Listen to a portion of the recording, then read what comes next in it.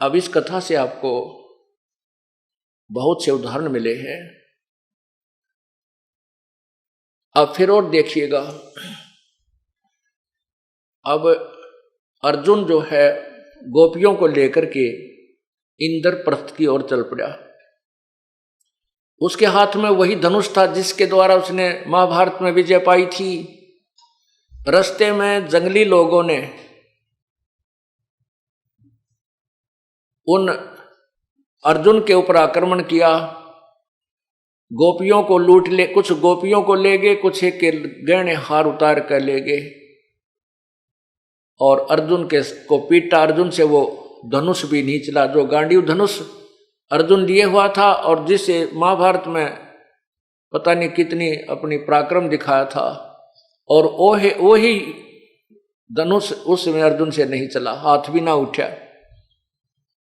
तब जब अर्जुन ने कहा कि ये कृष्ण एक नंबर का छलिया था, ये धोखेबाज था, इसने जब युद्ध करवाना था तब तो मुझे शक्ति दे दी, वो पाप करवाने के लिए मैं एक तीर मारूं था 20 आदमियों के मां के वो पार हो जावा था, और आज वही अर्जुन वही गांडीव धनुष और ये हाथ भी ना उठते मेरे। यहां परमात्मा कहते हैं कबीर जी कि ना तो श्री कृष्ण जी धोखेबाज थे, ना वो काल थे।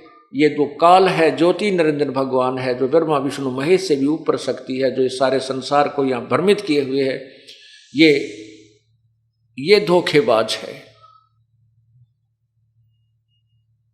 और वही यह सब क्रिया करा रहा है। वो ना विष्णु के वश है, ना शिव के वश, ना ब्रह्मा जी के वश। वो केवल पूर्ण परमात्मा जो है से ऊपर की परम शक्ति है, परम अक्षर ब्रह्म,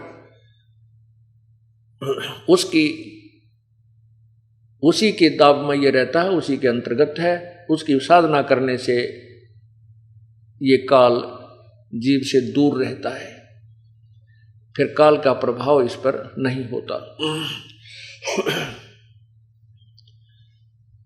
अब ये पांचों, जब ये यज्ञ नहीं बजी, जब शंख नहीं बजा और यज्ञ अधूरी रह गई, भगवान श्री कृष्ण जी ने युधिष्ठिर जी से कहा कि ये जितने भी ऋषि महर्षि और ये सिद्ध बैठे हैं, ये कोई भी सत साधना युक्त नहीं है, और ये सब पशु जोनि के प्राणी हैं। इस बात को सुनकर युधिष्ठिर के मन में शंका होगी। तो युधिष्ठिर जी ने कहा कि हे भगवान, ये ऐसे ऐसे महापुरुष महर्षि, ये दुर्वासा जैसे और वशिष्ठ मुनि, विश्वामित्र, भारद्वाज जैसे महापुरुष, और आप इनको कहते हैं ये पशु जोनि में जाएंगे।